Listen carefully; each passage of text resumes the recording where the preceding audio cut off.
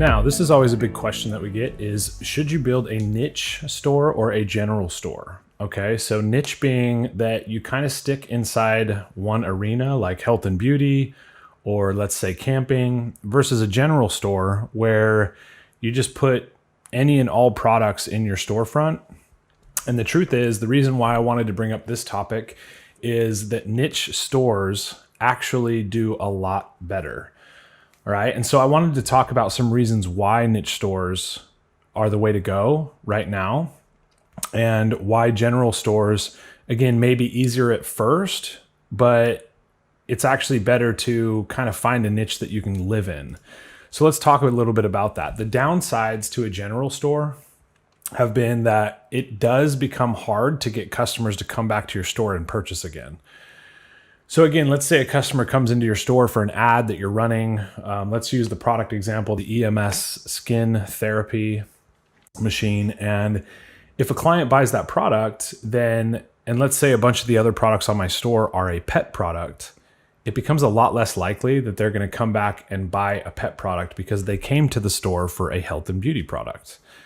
All right. So I want you to think about that. And as you guys start thinking about your products and building out your store, that it becomes important that the niche store benefits are really kind of what you should be thinking about. So let's talk a little bit about the niche store benefits. You can easily use social media channels. Okay, so what I want you to think about as we go through this training, when we show you how to find influencers on Instagram, when we show you how to go look for people on TikTok, it becomes a lot easier if you are a niche store. So if you are an all pet store, it becomes a lot easier and more hyper-focused that you're out there actually looking for people in the pet industry.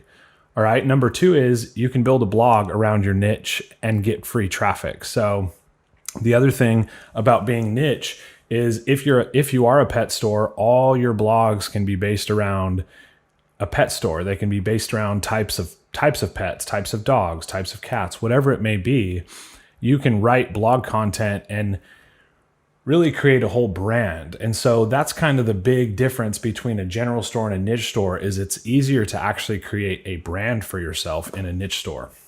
All right. And number 3, you're going to have more repeat purchases from past customers. So again, if you're a store that's full of pet products or full of women's beauty products, when you go to send out newsletters with email marketing, when you post stuff on social media, those people are going to be very specific to your brand.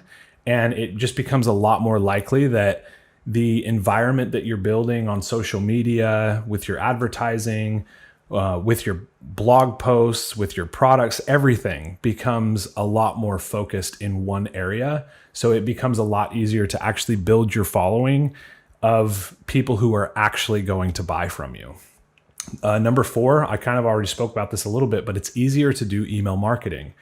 It truly is easier when all the people that are on your email list, you know that they are a specific person that is into your type of products, right? So when you start putting those together, it just becomes a lot easier to speak to your audience when you know exactly who that audience is and who the avatar is.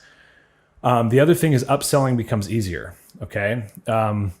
Let's talk about the EMS skin therapy product that we're doing through this whole training. If somebody came in for that product, I also know that I could probably go find a blackhead vacuum and probably a bunch of other women's products that are in the beauty niche that could fit right in with the individuals that are buying that original product. With pets, it's going to be the same thing. So you've got pet outfits, you've got pet collars, you've got pet food, you've got all sorts of things that can fit inside of that niche. So when someone comes into your store for one product and you set up an upsell to another like product that they're likely to purchase, then the likelihood of your upsell converting and your customer leaving with more in their cart becomes a lot higher. So the downsides to a niche store is it can be a little bit harder at first to decide on what niche you want to go into. The key here that I always say to students is find something that you can enjoy living in for the next year or two. Like, really think about that. if you don't enjoy blogging about women's beauty products, then maybe it's not the particular niche you want to go into. If you don't mind and you want to learn more about that industry and go into it, then perfect. But just know that whatever niche that you go into, like, it really does kind of become your world around your business for quite some time.